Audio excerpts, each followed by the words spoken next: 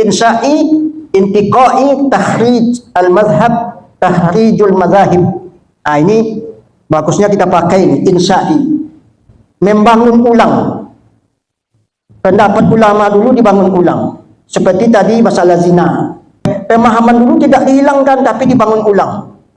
Maka saya setuju orang yang menikah dengan boneka, dengan menyetubui boneka itu diberlakukan hukum zina.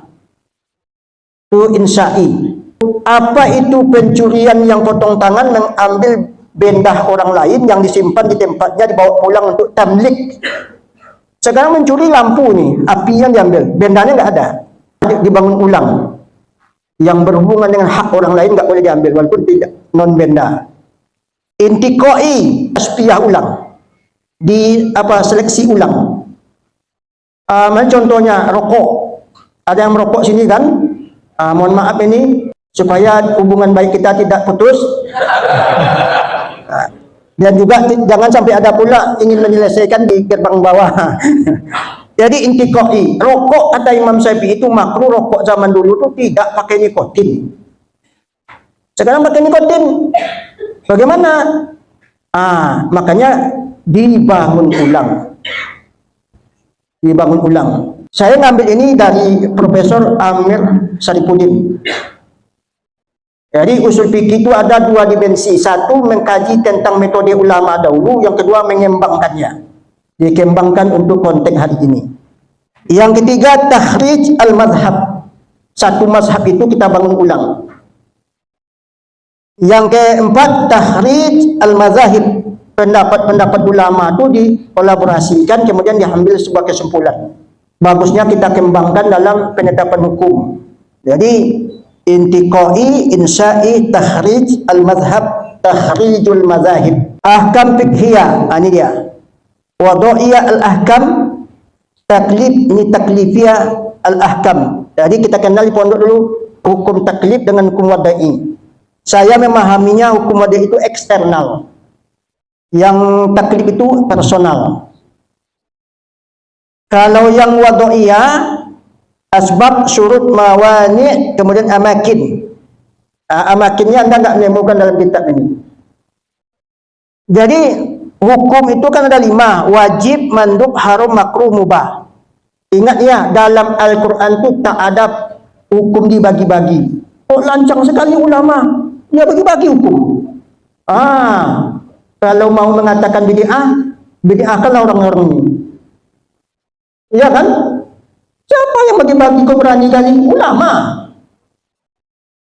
Makanya jangan sedikit-sedikit bid'ah. Ini ulama yang bikin. Menikah itu memang sunnah, tapi nggak semuanya dulu yang bisa menikah. Awak kuliah, piti minta sama orang tua mau menikah pula. Nggak tahu malu itu kan? Gaji cuma 3 juta, istri mau 4. Kontrak rumah 1,5 juta. Maka nanti Al-Quran disalahkan orang kita nggak pandai. Makanya dibangun ulang yang saya bilang tadi. Di dalam kitab fikih, suami tidak boleh minta izin, tidak mesti minta izin pada istri pertama kalau melakukan poligami. Kalau bawa kampung kami ini buya nggak berotak nih katanya. Nggak punya perasaan. Makanya yang salah kita memahami fikih. Maaf ya ustaz menikah 2, 3 nggak ngomong sama istri pertama. Sedangkan ngambil tunangan orang aja nggak boleh. Apalagi ngambil suami orang. Maka pahami fikih itu dengan baik, karena nanti Al-Quran disalahkan orang. Jadi hukum yang 5 ini ulama yang bikin. Tidak ada zaman Nabi. Kok berani kali dia membaginya?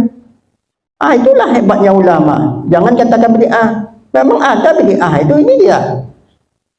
Cuman bid'ah yang mana? Yang tidak melanggar tadi dawabit fikih. Apa gunanya dibagi-bagi ini? Ini juga nggak ada dalam buku ini. Ada ahamiyatullah, ada ahamiyatul bashar. Kepentingan Allah dan kepentingan manusia. Kalau sholat itu hak prerogatif Allah, jangan diganggu, wajib. Kalau kepentingan manusia, kulu wasrobu, makanlah kamu dan minumlah kamu. Makan minum itu hak kita, itu bukan hak Allah. Mau makan Anda, mau tidak terserah Anda. Jadi kalau lihat ayat al-aslu bil amri wujub, setiap perintah itu wajib. Nanti makan bagaimana? Kalau wajib makan, kayak sholat ya 3 kali sehari. Pagi makan lontong, nggak ada lontong salah. Nggak ada salah kuaci. Habis-habisnya nggak ada makan kertas ini makan. Karena wajib kan, itu hak manusia.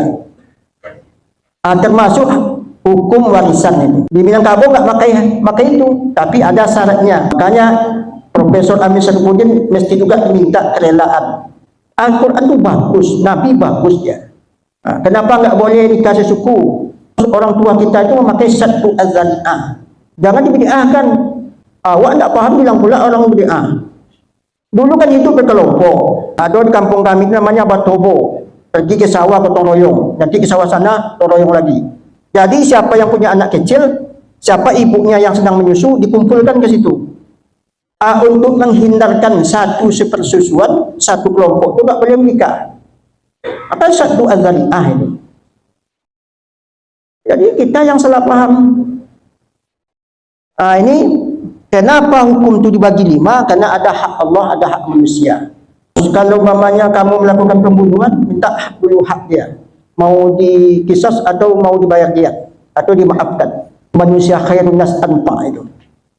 Kemudian asbab. Ya, sebab ini kan nggak perlu kali sebab masuknya solat zuhur tergelincir matahari li dulu pemayakan surut idza kuntum ila solat faksilu wujuhakum. Kalau mawani haid tak boleh, itu dawabitnya. Nanti ada hukum asal itu berubah karena ada hukum cabang yang lebih baik. Ini bukan melanggar hak Allah, anfa linnas. Itu yang dipegang dulu nanti, makanya ada istisad, maslahah. Kemudian mawani amakin, tempat. Haji itu dilakukan di Makkah, bukan di Madura, bukan di tempat yang lain. Amakin, ini nggak ada nih. Iktikaf di masjid, bukan di living ward. Ini namanya hukum wadaiyah eksternal. Kita sudah berjalan di atas hukum-hukum fikih. Motif dari syariat dan hukum itu, jadi Al-Quran itu dulu namanya syariat saja, tidak ada fikih. Jadi tujuannya adalah untuk taat dan inqiyad. Inqiyad itu mau kita dibina oleh Allah. Apa maksudnya? Tahqiq al-maqasid. Tujuannya adalah ada maksud hifzuddin. Ingat ya, bapak-bapak, para buya, hikmah itu bukan tujuan, tapi taat dulu, inqiyad, siap dibina. Manusia ini mau nggak dibina oleh Allah?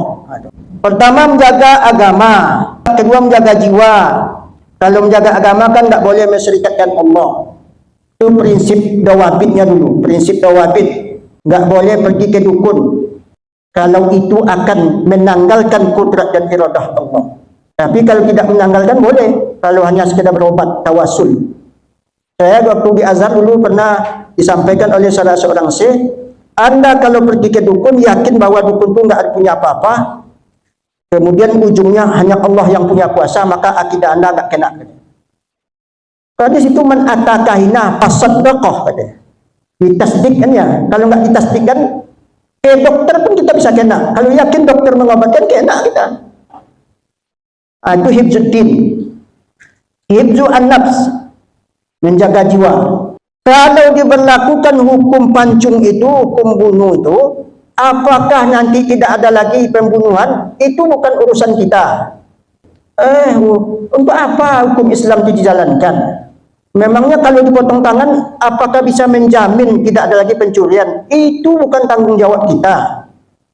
Hikmah itu bukan tujuan. Yang tujuan al-inqiyad at-ta'ah, taat. Apa yang diminta Allah lakukan. Walaupun tidak berlaku di negara kita, tetapi dalam konteks pengkajian ini kan perlu dibuka ini.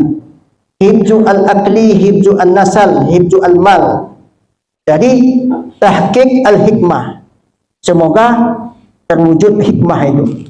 Jadi sejarah membuktikan ketika hukum agama itu diberlakukan, meminimalisir. Sejarah membuktikan zaman Khalifah apa dulu pencurian tak ada. Terbukti. Ini disebut dengan maqasid syariah. Jadi ada maqasidnya, maqasid juz'i atau tabi'i. Kalau wajib menikah, wajib mencari nafkah.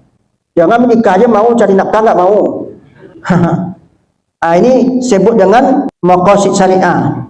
Jadi ini kita tidak lepas dari hal ini. Makanya kalau akan mengancam nyawa, hukum akan berubah. Kalau ada akan mengancam hak-hak orang, hukum akan berubah. Itu hebatnya agama. Lanjut, Thariqah al-istinbat al-ahkam. Ini masuk kita metode istinbat al-ahkam. Sumber nggak perlu saya ucapkan, saya sampaikan sumber Al-Quran, Sunnah, Ijma', Qiyas. Yang lain dibeda-bedakan, nanti di mana letak perbedaannya. Apakah kita istirahat dulu atau langsung berangkat? Minum dulu, yang penting minum dulu. Kata Nabi, kalau hidangan sudah disediakan, ini dari tadi disediakannya. Oke, kita istirahat sebentar. Mohon maaf untuk sementara. Assalamualaikum warahmatullahi wabarakatuh.